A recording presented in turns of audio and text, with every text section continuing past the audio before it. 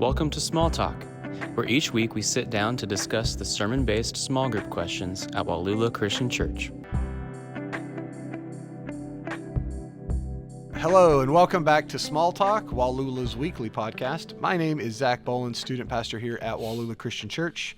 I'm joined by Craig Archer, worship pastor, and Lance Kaufman, lead pastor.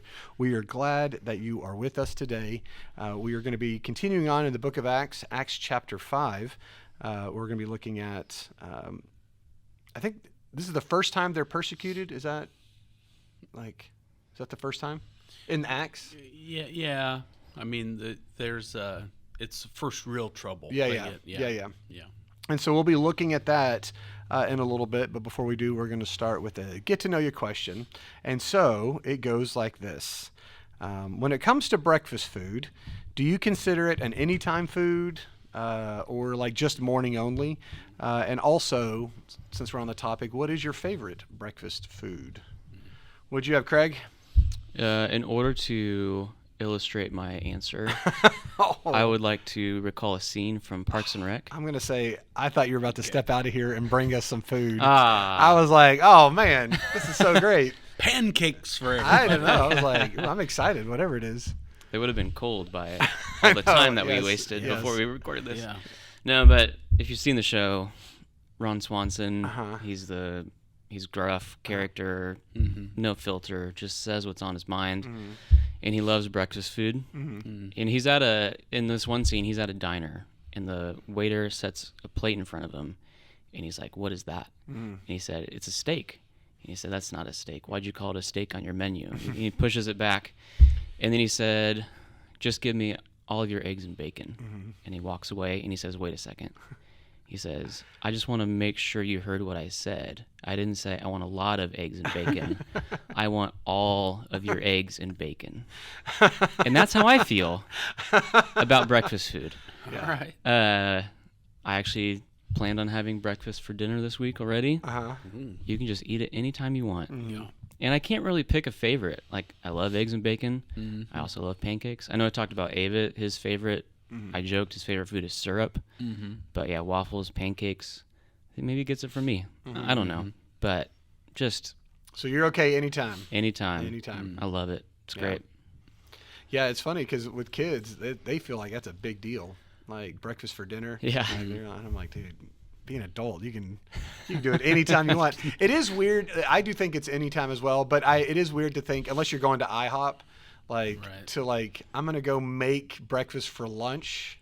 You know what I mean? I'm going to, it's lunchtime. So now I'm starting, that seems weird to me. I don't know why. But yeah, I'd say, I feel like it's a treat to have it at any time.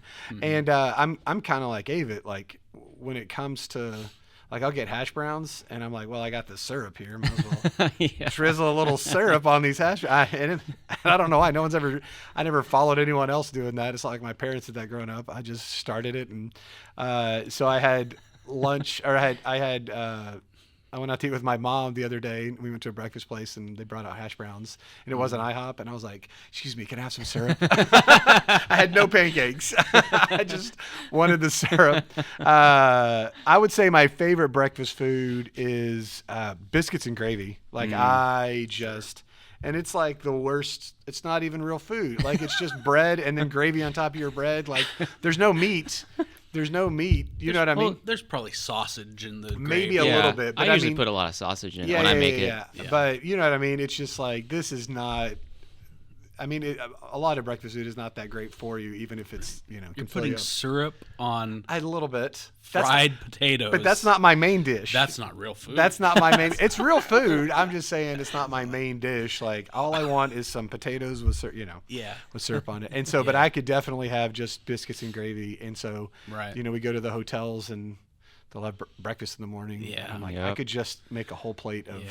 That's a bad example of biscuits and gravy, hotel biscuits I know. And gravy. Oh, and it's still good to me. I totally get it. They're not great, and yet I will... That might not be real food. That's true. That gravy might be something else. It's not made with love, but who knows? It's still good. It's so good. I'm sure it's just the out of the can, dumped in pretty. there. It's pretty drizzly. Yeah, like it's not thick. It's rough sometimes. Yeah, but it's still great. They water Yeah, it down so they right. can extend it. And the thing is, I feel pressured because when it comes to biscuits and gravy, some people just open up the biscuit and lay it down, but I break it apart. Like I like to. I don't know if you guys have ever done this. Of the biscuit? Oh yeah. I just I like break them into lay pieces. it down. No. I like to break it up, and that I think I just learned from growing up. You don't split it in half. Well, I mean, I split it and then. Well, yeah. I was gonna say, Craig. No, You yeah. can't. No, yeah. I'm just saying I don't pick it More apart. gravy Yeah. that way. Yeah, you can. Anyway. What about you, Lance? I think you can eat breakfast food anytime. Sure. Including cereal. Yeah, You know, that was this another thing. I cereal. forgot. Yes. You have We're thinking like cooked breakfast, but I know when before Sherry, the a bowl or 7 for supper would be all right. Yes. You could do that. Yeah. Did you see recently? I think it was Kellogg's. They were trying to push, like, encouraging families to eat cereal for dinner. no. Did you see that? No. Yeah, and I saw, I don't know if it was in an ad or something, and then some news outlet interviewed them. Right. And they're trying to get the point of, like, it's a really cheap dinner. Yeah. And, if you true. slice up some strawberries and throw it in there, Right. it gets healthy. So. Although I'm not sure if anybody from Kellogg's has purchased cereal from Kellogg's recently because it's it's kind of expensive. Yeah. I don't know if it's so cheap. Yeah, but it is weird. Yeah, when we think about breakfast food, we're all thinking, well, of course, cooked. But yeah, the cereal stuff and and there's also like cereals that may be kind of good for you, like. I don't know, is it Frosted Flakes, but whatever grain type. My whatever. brother-in-law eats grape nuts. Yes, so there's And that kind, that's- and then there's like dessert Just cereals, little which are like rocks. fruity pebbles, and right. yeah, and there's some Yeah. that are just like pure sugar. I'm like, Right. yeah, When I was a kid, we had grape nuts a lot. We had either grape nuts or shredded wheat. Right. That's the biscuit kind of. oh, just one. I've never had that. The old-fashioned Yeah, kind not the old came in kind. this like rectangle yellow box. Yeah. And then these paper packets of 2 squares Okay. of the shredded, like giant shredded wheats, not like the little cute Right, shredded right. wheats. Like they come out these giant things, and then you break them up, and then it was just wet hay. just have wet hay in your thing, soggy yeah. hay in your bowl. Yeah. Oh, delicious, Dude, you just gotta put sugar on that, and then Right. it's like, oh, there Right. you go. This is good. Right. Well, that was your mom. You put a little sugar on, yeah. and you gotta wait for mom to look Turn away. I know. This is so good. So, Eating soggy hay. I need this to be sweet soggy hay. Sayla was like, I'm going to put some sugar on the cereal, and my radar went off. And so she's over in the corner doing it. I was like, well, here, let me do it. No, it's okay. I got it. And then she just stood there and waited for me to leave. Yeah. So before she started, because I was like, yeah, 2 scoops is fine. And she's like, okay, you can go now. And then I was like, I don't believe any of this. I'm going to watch these 2 scoops. And so You can go now. she's like, oh, if that's the case, give me that big spoon. I'll use that as my 2. There you go. Yeah, so it's begun. Kids and sugar. Anyway, well, that was fun. I don't know where they learn it from. I know, jeez. I'm back to syrup on hash browns. That 80s commercial, that 80s drug commercial. You all right? I learned it by watching you. Yeah. But, Wait, so do your kids put syrup on hash browns? no, that's don't- just me. They don't like hash browns. No. But, Have they tried it They with syrup? might if I know. Well, I'm not trying to convince them to be like, look, just put I just syrup didn't know on if everything. they saw that and then they were like, Syrup "Don't on their mind if I broccoli do." and really, this works for anything. spaghetti. Yeah. from Elf. Oh, like from Elf. Yeah. Yeah. That's funny. All right. Well, we're going to change gears as we look at the book of Acts. Talk about persecution. Yes. Yeah.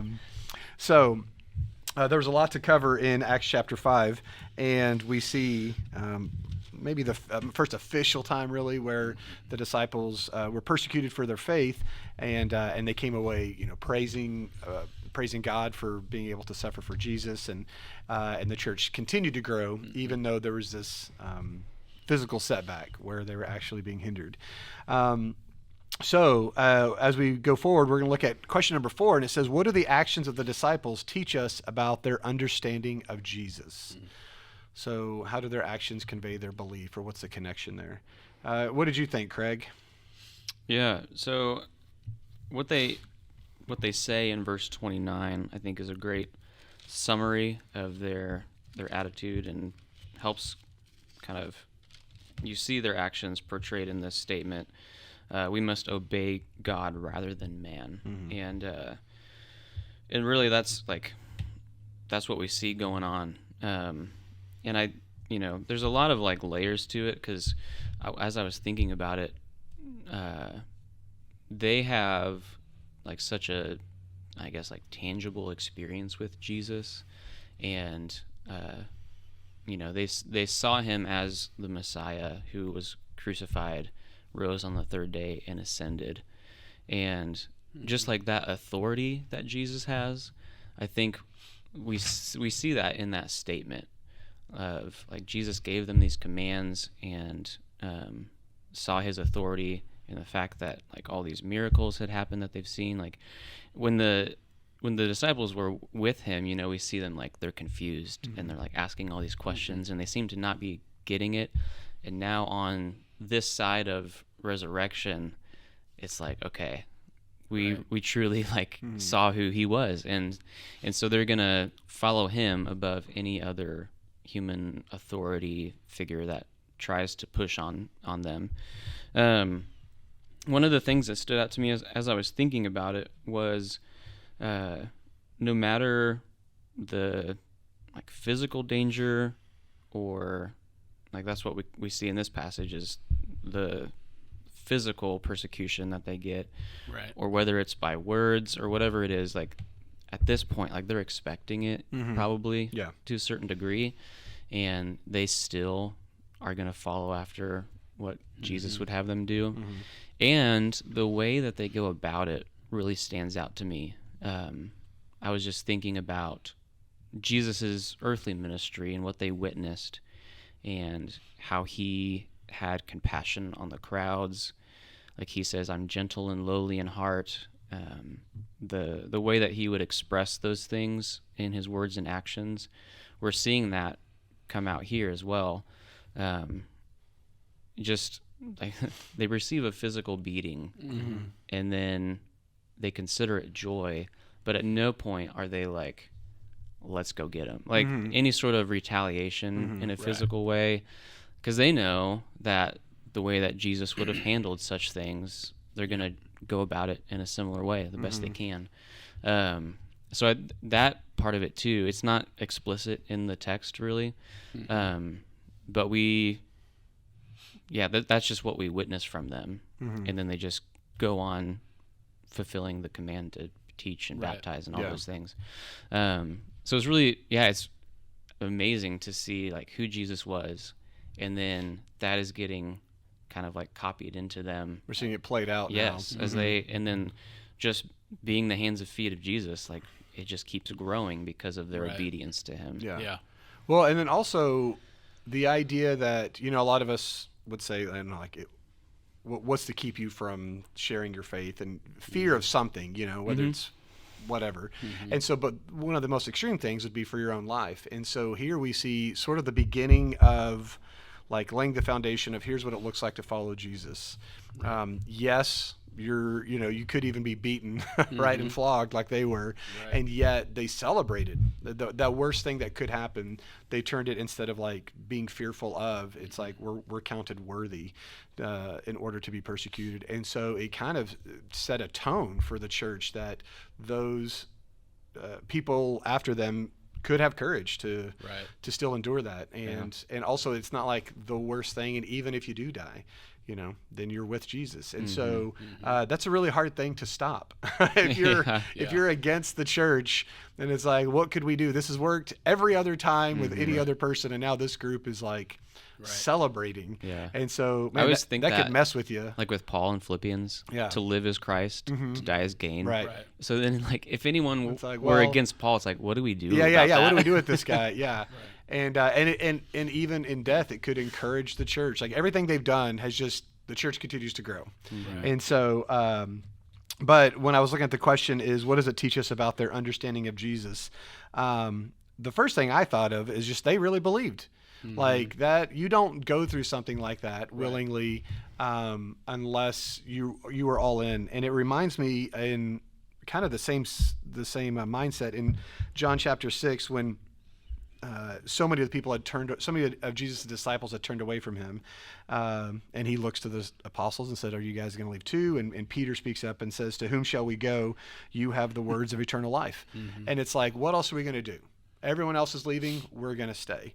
And then kind of following along that same vein right here, when everyone leaves, the answer is we stay with Jesus. When I'm being persecuted, we stay with Jesus. Right.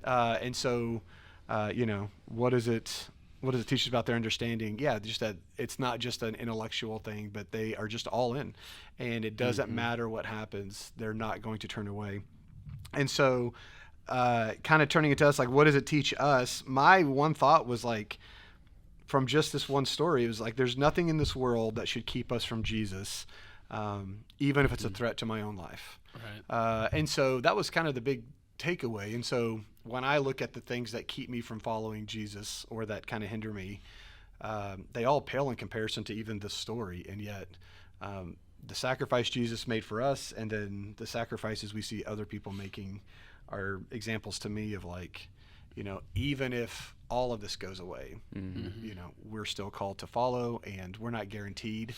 Yeah. Like, these are the best of the best, who are like closest with Jesus, and they went through some bad stuff. So who am I to think like, well, if it gets hard, I'm not sure. I'm like, well, it probably will be, and or there's a chance it could be, could get difficult, and So anyway. Yeah. What about you, Lance? And that level of commitment doesn't change Right. for the next generation of believer, right? Yeah. I mean, because, I think we're all saying sort of the same thing in a little bit different ways. What does it say about what they thought about or believed or how they considered Jesus? Well, they knew that he really died and was buried and rose again. They were convinced that he raised from the dead. They saw him and they were witnesses. And we might say, well, the 12, they're witnesses to the resurrected Jesus. But just in a couple chapters, we're going to get the first person who really dies for their faith, and he's a second generation kind of believer, right? He's kind of one separated from Jesus, and so the story of Stephen. But they knew that Jesus died and buried and rose from the dead, so they absolutely considered him Lord of their life, right? We talked Sunday about this uncompromising obedience, and that was the expectation in the church. You could sort of go back in chapter 5 to Ananias and Sapphira, and we talked about how severe that punishment is, because the expectation is uncompromising obedience, full submission to the lordship of Jesus, and these guys are living that out. They're all in, like you said, Zach. So I think secondly, they really believe that Jesus is coming again. They are on mission. They kind of have a deadline. They used to say in college, nothing motivates like the last minute. I still say that. Nothing motivates like the last minute, right? And so, they have this deadline that, at least in their mind, that they're living under, that they have to get this story out because he's coming again. And if he really died, he was really buried, and he really rose again, he's really Lord of everything, then this mission, there's nothing more important than this mission. And so they're all about that mission. And finally, they are absolutely convinced that Jesus is the only way. We're going to see this kind of separation from, I don't know if that's the right word, but Christianity kind of, they're going to start to worship on Sundays rather than the Sabbath, the Saturday, and you're going to see this kind of shift away from Judaism a little bit. And right now in the book of Acts, that's really, it's hard to differentiate or even if you should, right? And so you might think, well, they're kind of leaning back into these old, the old traditions or whatever, but they're convinced, even right now, that Jesus is the only way. You know, you go back a couple chapters to, one chapter 4, verse 12, right? And Peter said, "And there is salvation in no one else, for there is no other name under heaven given among men by which we must be saved." And so they're absolutely convinced that Jesus is the only way, and that's a story that they're going to keep telling and keep telling. You know, you read it all through the New Testament. You read it in Acts chapter 4. You get to the kind of the end of the book with the Apostle John. Maybe he's the only one left, and he's saying the same sorts of things in 1 John chapter 3, verses 18 and 19, that look, if you really believe that Jesus is Lord, then you're going to obey him. That's how we know that you're a follower of Jesus. So I would say those three things we learn about their view of Jesus. Yeah. As we move on to question number 9, it says, have you ever seen God produce joy through trial? Have you ever experienced it yourself, or have you ever seen it in a friend or family member? So we see them going through, I mean, we kind of glances over the fact that they were flogged. But, you know, when Jesus, during Easter, when we look at this, we talk a lot about that. And this is like, and then they were flogged, and then they went on. It's like, that's a really traumatic thing. And then after that, they walk away, or they go back rejoicing because of that torture. And so, connecting those two ideas of, have you ever seen God produce joy through trial? What did you think, Craig? Yeah, I've mentioned before, I think in a sermon, Haley's cousin, Amanda, and some of the things that she's experienced through her life. She, backtrack a little bit, like in her family, she had brothers that passed away at a really young age because of the physical condition they had. And then, so she was an only child most of her life. And then when she was in college, her dad passed away. He had a stroke and some different health stuff throughout her like high school years. And so after he passed away, she kind of became like a caregiver a little bit to her mom, who has schizophrenia. And so like just the kind of the normal rhythm of life of like graduate college, and then you go get a job and you're working on that and like living kind of like that young adult life. Hers looked a lot different.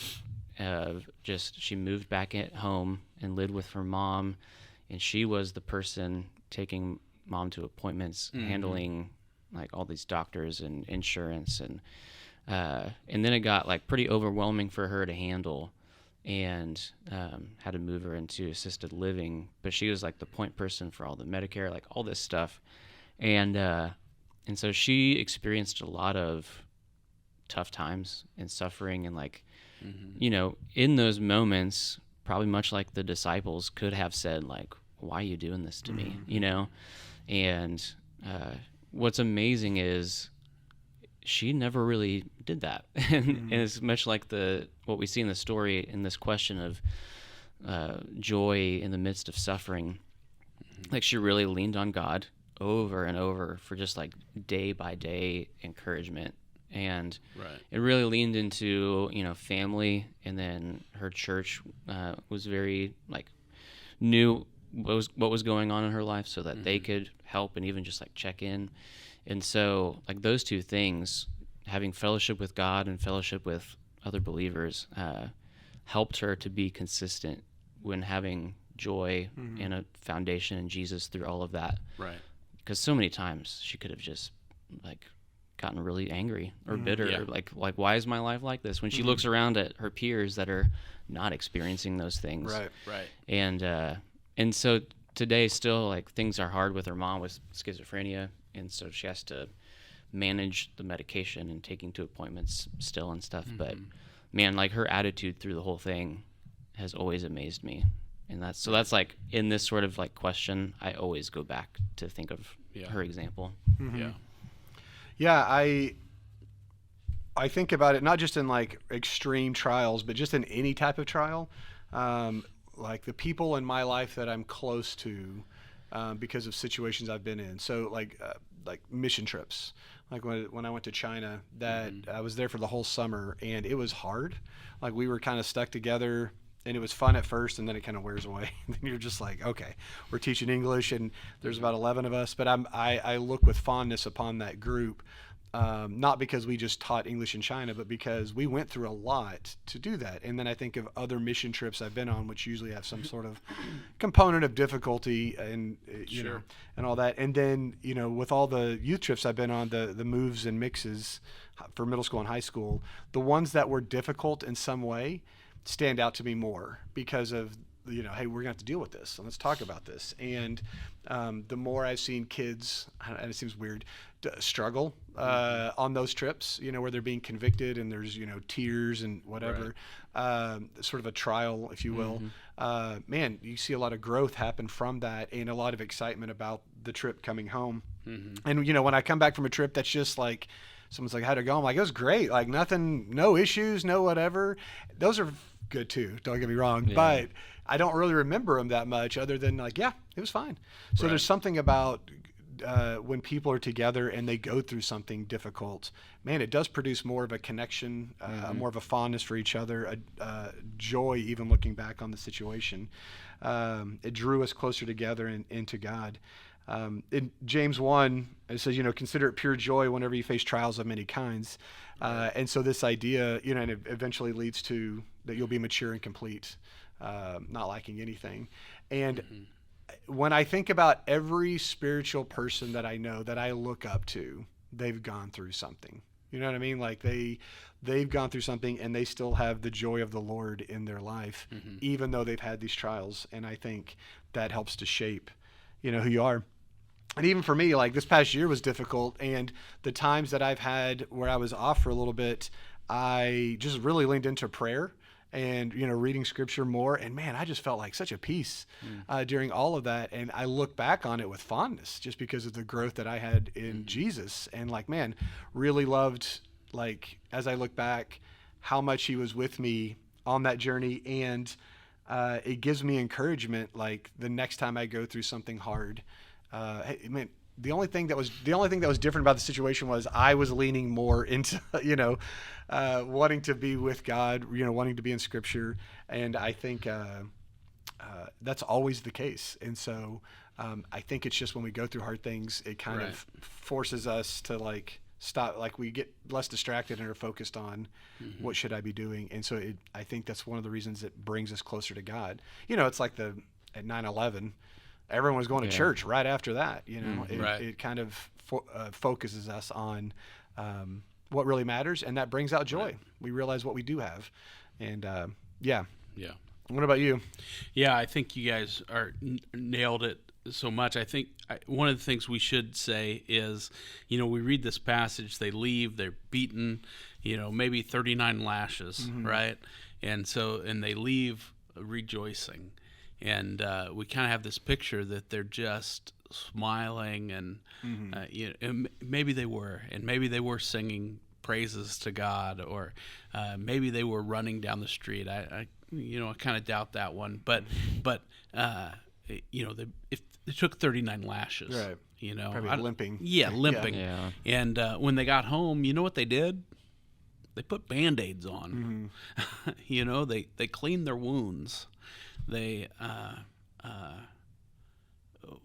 when they woke up the next day, they were sore, you know, and they probably a little frustrated with that soreness. You know, there was, and I just say that, you know, joy isn't just doesn't mean just having a smile on your face all the time. It's the sustaining hope that we have in Jesus. And I read one author who described, talking about Philippians, when Paul says, you know, to live as Christ. If I'm going to keep on living in this world, then I have a mission to serve Jesus and to share that story and to be his hands and feet. But to die is gain. I get to go with him. It's a no-lose situation for a believer, and so there's real joy and hope there. And I just think one of the most difficult times in my life and Sherry and I's marriage when we were expecting our first child, and she was born much too early, but Sherry was in the hospital. We were living in Yuma, Arizona, and she was going to be flown from Yuma to a hospital in Phoenix. So it was on a Sunday, and I went to church early in the morning to get things ready, and because I was leaving, I was going to drive to Phoenix. And I did that and went to the hospital. I've told this story before. And this police officer comes to the hospital room and said, "Hey, your house is on fire." And I drove over to the house, and yeah, it was on fire. And, there's nothing I can do here. And so I drove to Phoenix. They're putting out the fire. Hope you guys do okay. And drove to Phoenix. And there's real joy in seeing the church be the church. It's a humbling experience to kind of be on that side of things or whatever. But we had youth coaches and friends from church who moved all of our stuff out of that apartment, right? That condo thing, and took all the stuff out, cleaned it the best they could. We had an elder in the church who had another apartment that they moved that stuff from to the other apartment, and he let us stay in his empty apartment while ours was being repaired. And we had a family in the church that paid all the hospital bills from that experience. And so you get to see the church really be the church. And there's great joy in kind of seeing the body of Christ rally around folks, and so there's joy in that community. There's joy in that community, and there's real hope that someday, we'll be together again, right, and reunited. I had a buddy from college pass away recently, and they're looking for pictures for the funeral, slideshow, how people do that. And so I'm looking through, I got this little box, and looking through, I just have like a few pictures from college. Turns out we didn't used to carry phone cameras around everywhere we went all the time. Younger people listening are like, what'd you need a box for? Right. And so we had a few pictures, and I'm looking through those. And I'm looking through this box, and Lacey and Zoe are, "Oh, what are you doing?" I'm looking at these and memories, and I'm pulling out a couple pictures, and I said, "Well, here's one of Mark, and here's one of this, they're in heaven too. Here's somebody else, and they're in heaven too, and here's one more, and they're in heaven too." Oh wow! And I don't remember if it was Zoe or Lacey, but they said, "Dad, your memories are kind of awful. This is kind of sad." And it is on one hand, but there's great hope and joy in knowing that there's a no-lose situation here with followers of Jesus, right? And that as long as those folks were drawing breath, they were on mission for Jesus. And now they're in his very presence, and they're not experiencing any more hurt or heartache or pain or any of that stuff anymore, and they're in paradise, right? And someday we will be too, and we'll join them. And so that's what joy through trial looks like. We're all gonna, we could name names of folks in church here at Wallula who are going through difficult things health-wise, and to see them on Sunday mornings still serving and worshiping and praising Jesus. I mean, you can see the joy in their life, even when it's a struggle for them to be here, and even when they're hurting. There's still joy in their life because of Jesus. Well, and also it makes it let's say their witness or their example even stronger. You're like, oh, okay, yeah, you really believe this. This is, an extreme would be in, Acts chapter 5. But when we see people still serving, even when it could be physically difficult or going through hard things, I think it strengthens when you talk about your faith. And even from afar, we see it, other people see it, and it's an example for just people around him to follow. Mm-hmm. And so, well, thank you guys so much. Great conversation, and we will join with everyone next week as we start Acts chapter 6. So we'll see you then. Okay.